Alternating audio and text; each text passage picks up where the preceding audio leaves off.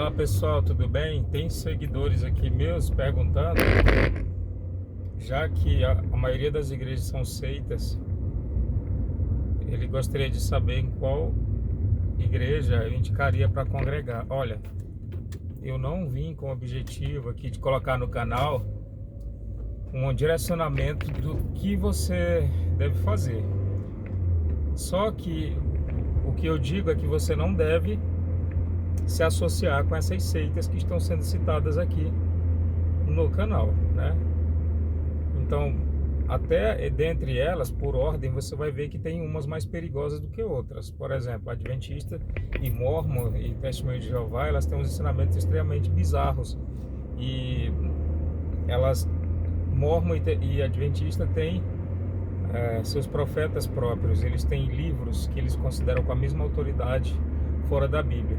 E o que nós devemos reter é o que? O evangelho apostólico. Está lá, o apóstolo Paulo falou que trazendo um outro evangelho, mesmo por anjo dos céus, que esse evangelho seja amaldiçoado. Tudo que aquilo que é passado, o qual não foi aprendido na igreja registrada, ali em Atos, e na igreja cristã apostólica, através dos escritos, das cartas, das epístolas e todas as orientações que nós temos ali da igreja do Novo Testamento, deve ser rejeitada.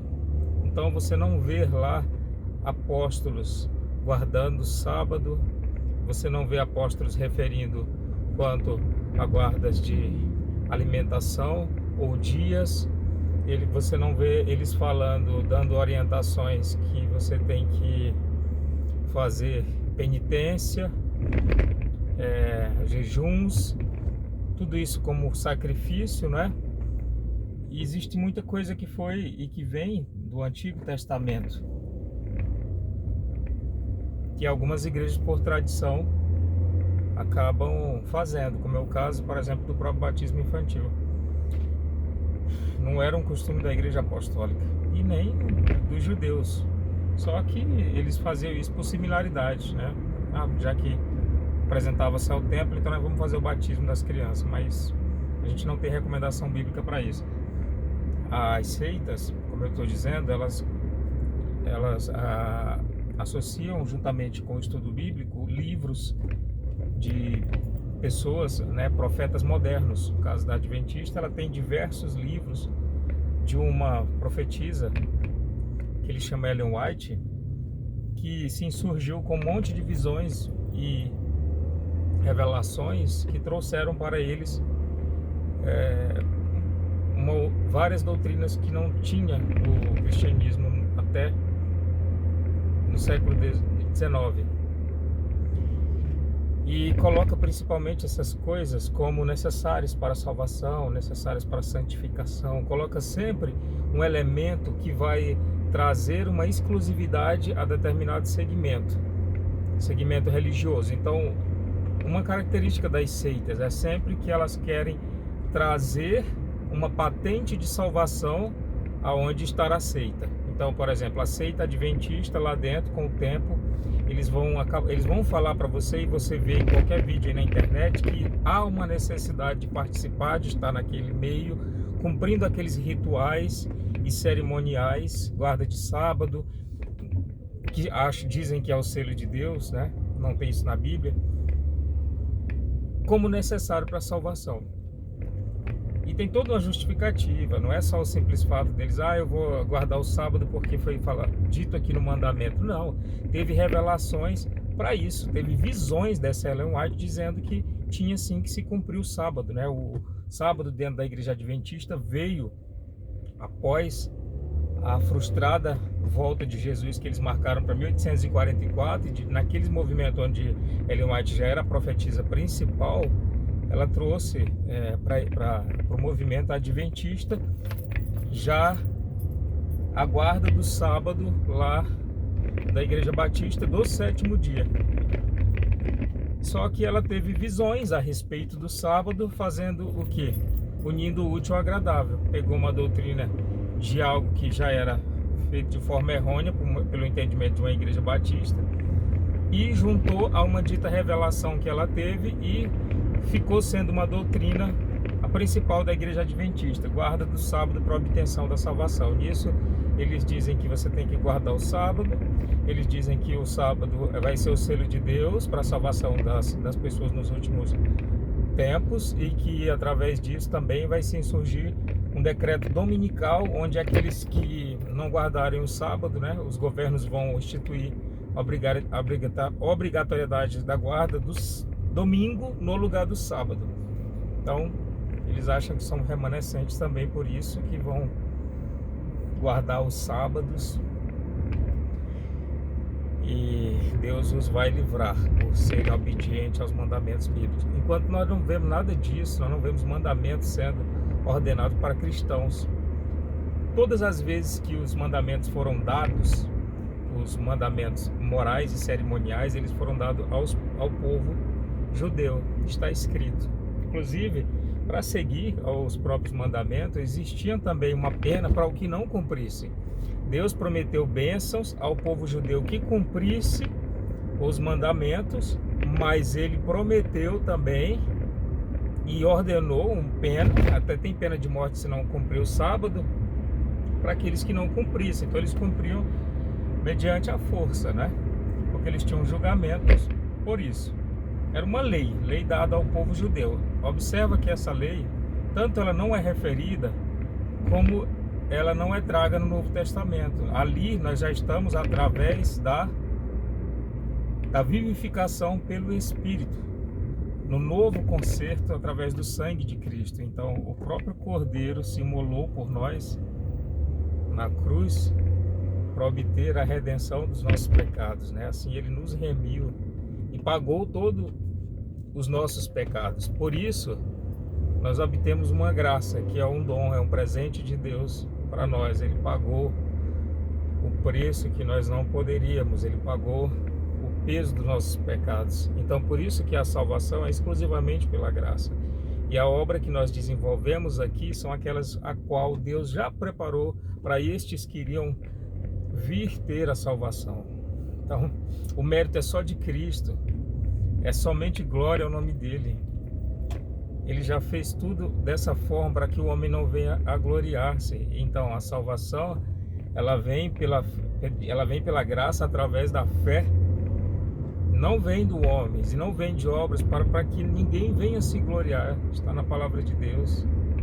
Então não é por obras, não é por observação de mandamentos, não é por requisito de guarda de dias, nem requisito de guarda de alimentação. Tudo isso é invenção humana, até para trazer pesos e fardos e tirar a suficiência do sangue de Cristo, tirar a revelação da simplicidade do evangelho apostólico e instituir fundamentos o qual os próprios apóstolos não fundamentaram. Então esse evangelho tem que ser amaldiçoado, ele não tem que ser recebido, porque o que começa com um erro, ele termina com um pecado. O que não que tem pitadas de inverdades ou de mentiras, não é o evangelho. Não adianta você ter algo que é 50% farelo misturado com 50% de milho, ou você ter uma combinação de dois elementos, né, onde os dois não casam. Você ter óleo e água misturada, isso eles ficam juntos, mas eles não se misturam. Então é a questão do evangelho. O evangelho puro é o 100% bíblico. É o evangelho que foi instituído por apóstolos, sem guarda de dias, sem guardas de sábados, sem guardas de alimentação. Existe uma recomendação, existe uma orientação apostólica, que é de se abster da comida sacrificada aos ídolos, né? E se abster de se alimentar da carne sufocada. O resto não. O próprio Deus mostrou a Pedro, que era apóstolo para os judeus, para pregar o evangelho entre os judeus, deu a ele uma visão no qual trazia do céu uma rede cheia de animais, que era até então considerado impuro, e por 3 vezes mandou ele comer. Coma-o, né? E ele, negando, falou que não iria comer porque jamais tocou em coisa impura. E o Senhor advertiu: coma-o, coma, porque tudo que Deus trouxe, Deus tornou puro. Tudo que Deus colocou ali foi para trazer pureza. Então, nada disso mais tem que ser seguido pelo cristão. Isso é um fardo desnecessário que as seitas vêm colocando para poder trazerem, através das suas obras, méritos próprios para se auto-justificarem. Mas o homem não consegue. O homem está destituído da glória de Deus, porque todos pecaram. O que o homem consegue fazer para se salvar? Mediante tamanha santidade do Deus que nós temos? Nada. Tudo veio através da graça de Cristo. E as obras são necessárias para o nosso testemunho cristão. São necessárias para a gratidão que nós temos que ter pela salvação que Cristo efetuou.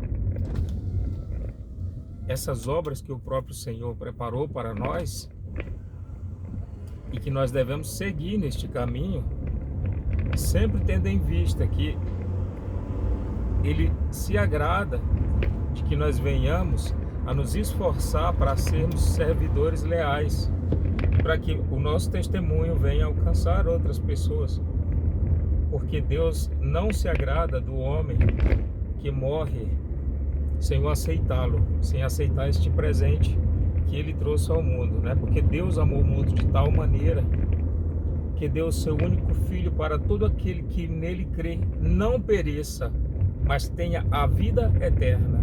O homem que aceita Cristo, ele passou do estado de condenado para salvo, porque todo aquele que nele crê será salvo, mas aquele que não crê já está condenado, porque o nosso estado original é de condenação, porque nós estamos destituídos da glória de Deus.